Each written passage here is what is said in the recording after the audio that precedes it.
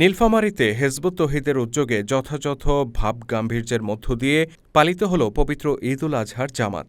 জেলার সৈয়দপুর হাজারীর হাটে সকাল ৯টায় জেলার বিভিন্ন এলাকা থেকে মুসল্লিদের অংশগ্রহণে এই জামাত অনুষ্ঠিত হয়। ৯টা ৫০ বাংলায় বক্তব্য দিয়ে জামাতের আনুষ্ঠানিক কার্যক্রম শুরু করেন নীলফামারী জেলা হিজবুত তৌহিদের সভাপতি মোহাম্মদ নূর আলম সরকার।